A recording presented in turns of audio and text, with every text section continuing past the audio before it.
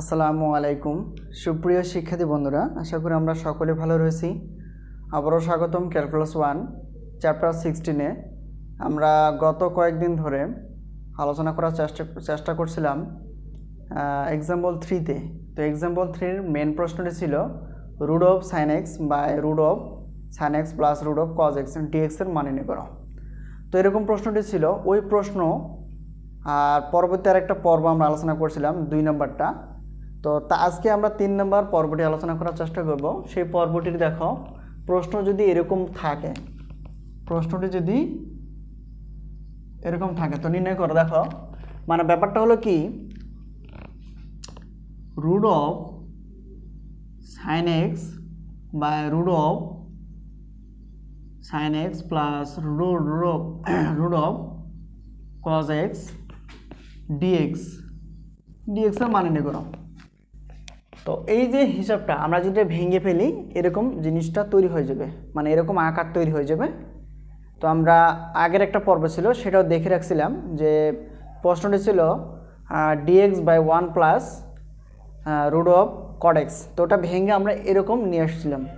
তো একইভাবে এটাকে ভেঙে আমাদের কি করতে হবে, এরকম আসবে, আর অ্যান্সারটা কিন্তু একই আসবে। তো যাই হোক, আমরা এটাকে কাজ করব।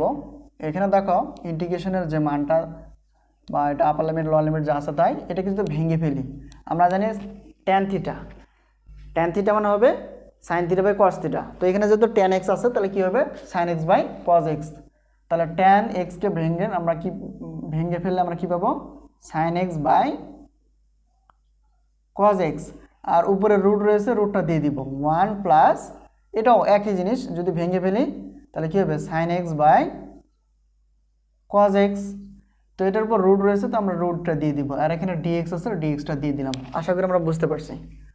মানে ট্যান থিটা সমান sine theta by cos theta সূত্রকে ব্যবহার করে আমরা লিখছি, অর্থাৎ ট্যান এক্স বলতে sine x by cos x, এখানেও ট্যান এক্স বলতে sine x by cos x. তো এখন এখানে যা আছে তাই লিখবো আমরা। তো এখন আমরা কি করতে পারি, এই রুট মানে কি দুইটার উপরে রুট বোঝায়, এই রুট মানে কি দুইটার উপরে। আমরা আপাতত ভেঙে নিব, দেখো তারপর রুটটা আমরা ভেঙে যদি নেই, তার রুট অফ এখানে কি দাঁড়াবে sine x by root of cos x, ঠিক আছে 1 প্লাস, এটাও যদি আমরা লিখি এভাবে তাহলে কী হবে sine x by root of cos x, আর পাশে ডিএক্স আছে ডিএক্স, ঠিক আছে। এটা আমরা ভেঙে নিলাম। এখন আমরা কি করতে পারি, এখানে দেখো এখানে ভগ্নাংশ আছে ঠিকই, কিন্তু এখানে যোগ অথবা বিয়োগ আকারে নেই। কোনো ভগ্নাংশের এক পাশে লব বাই হর অথবা এক পাশে লব আছে, আরেক পাশের লব বাই হর আছে, লব বাই হর আছে, মাঝে যদি যোগ অথবা বিয়োগ চিহ্ন থাকে সেটাকে আমরা লসাগু বের করি, অন্যথায় করি না। তো এখন দেখো এখানে ভগ্নাংশ ঠিকই রয়েছে, এখানে মাঝে যোগ দুইটা আকার থাকবে, মানে এপাশ ওপাশ থাকবে, মাঝে যোগ অথবা বিয়োগ থাকবে। তো এখন দেখো এখানে ভগ্নাংশ আকার আছে লব বাই হর, এখানে কি আছে লব বাই হর, উপরে লব 1 আছে, নিচে হর কিছু 1 আছে। তো যাই হোক এটা লসাগু হবে, এটা লসাগু হবে না, মানে উপরেটা যা হবে তাই হবে। যতক্ষণ আমরা কি পাবো না, যে ভগ্নাংশ ঠিকই থাকবে, মাঝে যোগ এবং বিয়োগ চিহ্ন থাকবে, তখন ভগ্নাংশ হবে, অন্যথায় হবে না, যা আছে তাই হবে। এই জন্য এটা উপরেটা কি হবে, যা আছে তাই আমরা রেখে দিলাম, ঠিক আছে। এইটা পরবর্তীটা হবে কি, এখানে লসাগু যদি করি তাহলে লসাগু কী হবে, এখানে হর কি আছে 1 আর রুট কজ এক্স, লসাগু হবে রুট কজ এক্স। তাহলে 1 দিয়ে যদি কজ এক্সকে ভাগ করি তাহলে 1 পাওয়া যাবে, এই 1টা লবের সঙ্গে গুণ করলে কি হবে একই জিনিস পাওয়া যাবে। তাহলে রুট হবে এইটা, প্লাসটা আছে আমরা প্লাসটা দিয়ে দিব।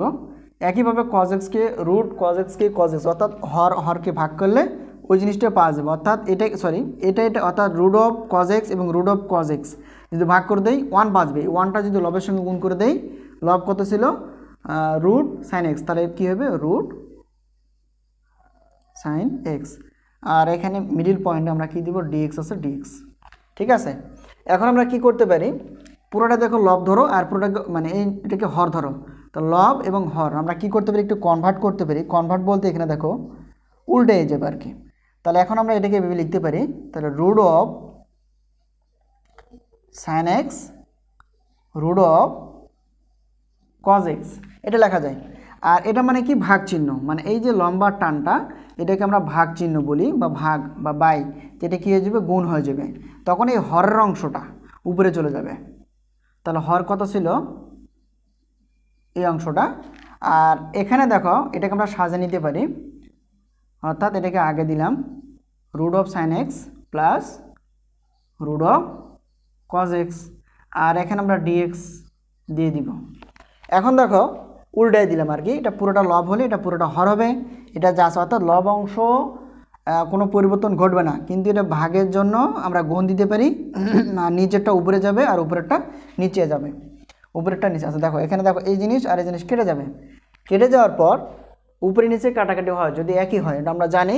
আর এটা কেটে কেটে যাওয়ার পর এখানে উপরে থাকতেছে এটা, আর উপরে এটা নিচে থাকতেছে এটা, তাহলে আমরা কী হবো দেখো কী পাবো। এখানে দেখো এখানে লিখলাম π/2 0, এখানে কি থাকতেছে কাটাকাটি করার পর রুট অফ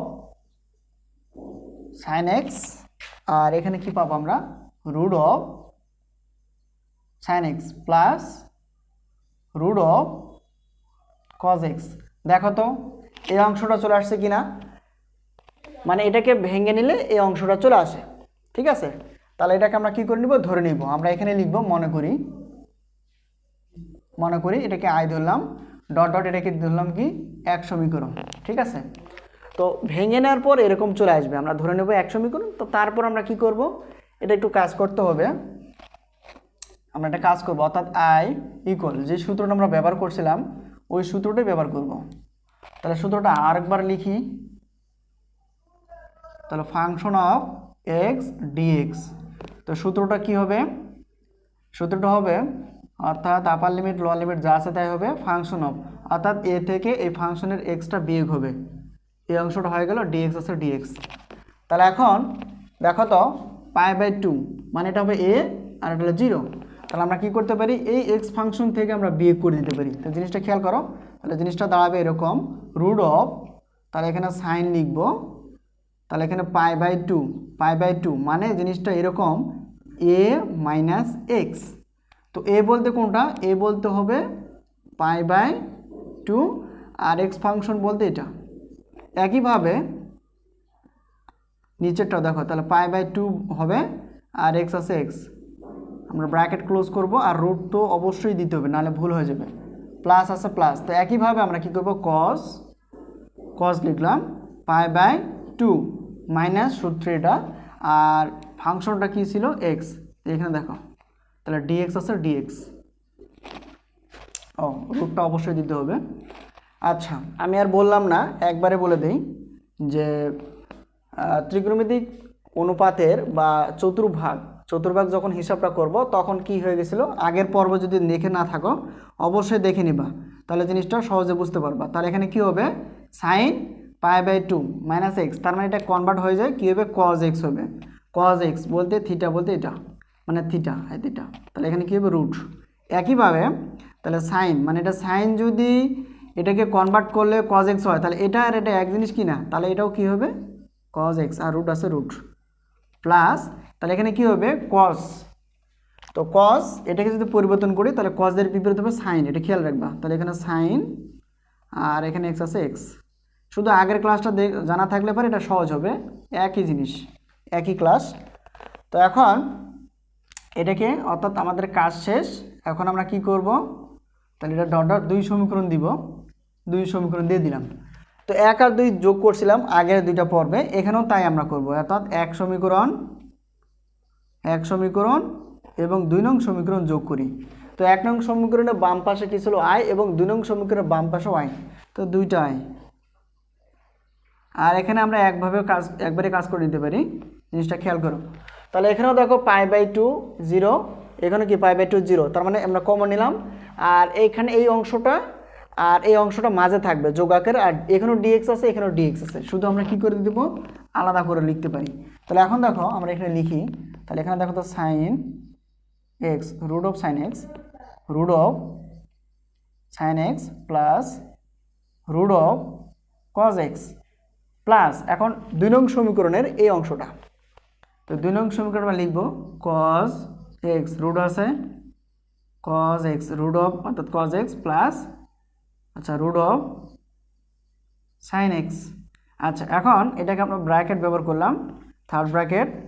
আচ্ছা তারপর এখানে প্রত্যেকটা ডিএক্স আছে, তাহলে আমরা সাইডে নোট মানে এখানে দিয়ে দিব নোট না, সাইডে দিয়ে দেবো ডিএক্স। আমরা যদি গুণ করে ফেলি, এটার সঙ্গে গুণ করে যদি ফেলি, আগের অপশনটা কিন্তু ফেরত আসবে। যদি না আসে তাহলে বুঝবো আমাদের নিয়ম বলতে কোনো কিছু হয়নি বা কমন নেওয়া হয়নি। এটা আসলে কমন নেওয়া হয়ে গেছে। এখন আমরা দেখি দুইটা আই যোগ করলে, অর্থাৎ আই যোগ করলে 2i হবে। আর এখন উপরে লব নিচে হর, উপরে লব নিচে হর, আবার কি করতে হবে, লসাগু করতে হবে। তো এখন দেখো লসাগু করি, এখানে আমি লিখি, যেহেতু এখানে দেখো এখানে 2i যা আছে তাই, তাহলে এখানে π/2 0। আমরা লসাগু করব, লসাগু কি, এই অংশ একই জিনিস, তার মানে কি দুইটা একই জিনিস, তাহলে লসাগু কি হবে, একটা। ঠিক আছে, এখন কথা হলো, অনেকে বুঝতেছো এটা আছে আগে এটা পরে, এটা আছে আগে এটা আছে পরে, মানে এই জিনিসটাকে যদি এখানে রেখি এটা একই জিনিস।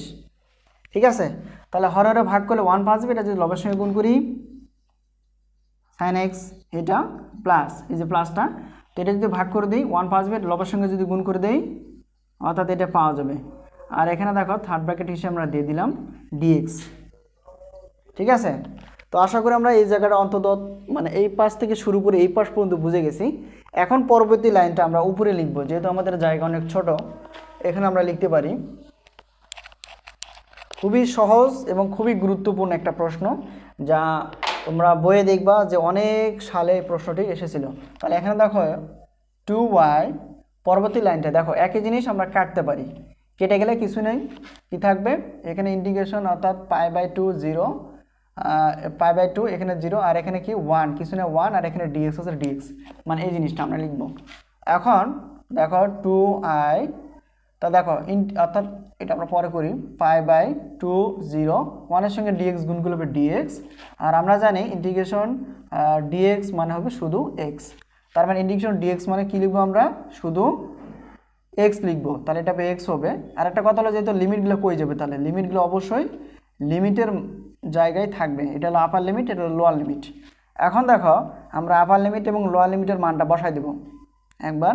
তাহলে x এর মানটা আমরা আপার লিমিট অর্থাৎ π/2 বসাবো, সূত্রের মাইনাস, আর লোয়ার লিমিট কত 0। ঠিক আছে, তাহলে এখন 2i, তো এটার থেকে এটা বাদ দিলে কত হবে, π/2 হবে।